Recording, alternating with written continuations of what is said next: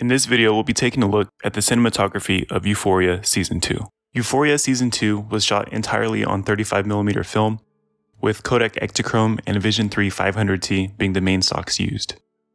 Euphoria follows a group of high school students as they deal with things like trauma, identity, relationships, romance, and drug addiction. Director Sam Levinson describes the difference between Seasons 1 and 2 as Season 1 being the house party at 2 in the morning, and Season 2 being 5 in the morning, way past the point when all the guests should have gone home.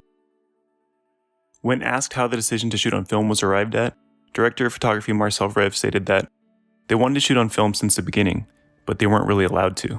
This is likely due to the fact that when it comes to shooting film, there's different costs involved. You have to buy the film stock, you have to send it out to get processed. Director of photography Marcel Rev also stated that he was ultimately happy with the decision to shoot on digital for the first season because it gave a more contemporary look. Season 1 was shot on the Alexa 65 large format camera, and I think it worked really well for Season 1 because the Alexa 65 gives that larger than life quality where things are both extremely realistic and also very fantasy-like and out of the ordinary. I think this was a great fit for Season 1 because a lot of the characters are experiencing things for the first time, such as romance and drugs and getting high, and that Alexa 65 gave that hyper-realistic, larger-than-life quality that it just made things feel very euphoric. Director Sam Levinson stated that the biggest fear when it came to Season 2 was that they were going to go back and do the same thing as Season 1 all over again. They experimented with different looks and ultimately settled on Ektachrome being the best choice. Cinematographer Marcel Rev stated that Season 1 felt very present and Season 2 feels like a distant memory from high school, and for this reason they felt Ektachrome was the best choice emotionally. They chose to cross-process the Ektachrome as a negative rather than a positive because they felt that this look ultimately gave the best rendition emotionally that they were going for with Season 2.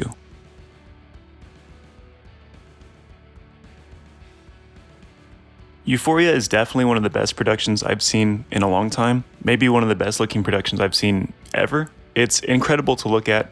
You could practically pause the show anywhere as it's playing and just be amazed by the stills.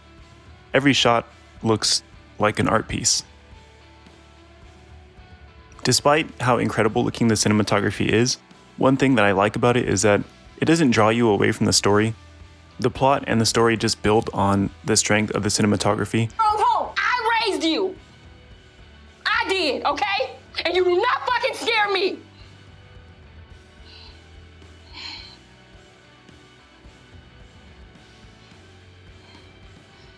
I absolutely loved the cinematography of Season 1, but deep down part of me really wished that we could have seen what it would have looked like shot on film, and for Season 2, that wish was definitely granted.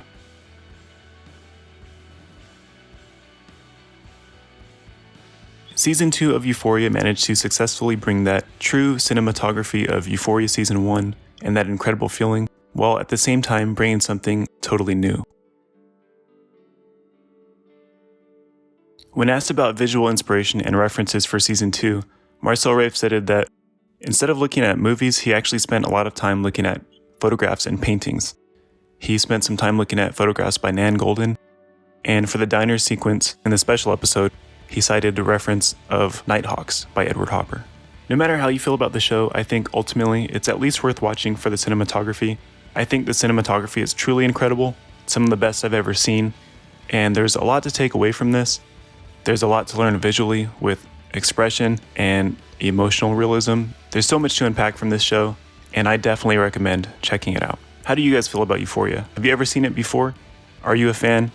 And leave your predictions for what's going to happen at the end of the season below. Thank you guys for watching, and we'll see you next time on The Negative.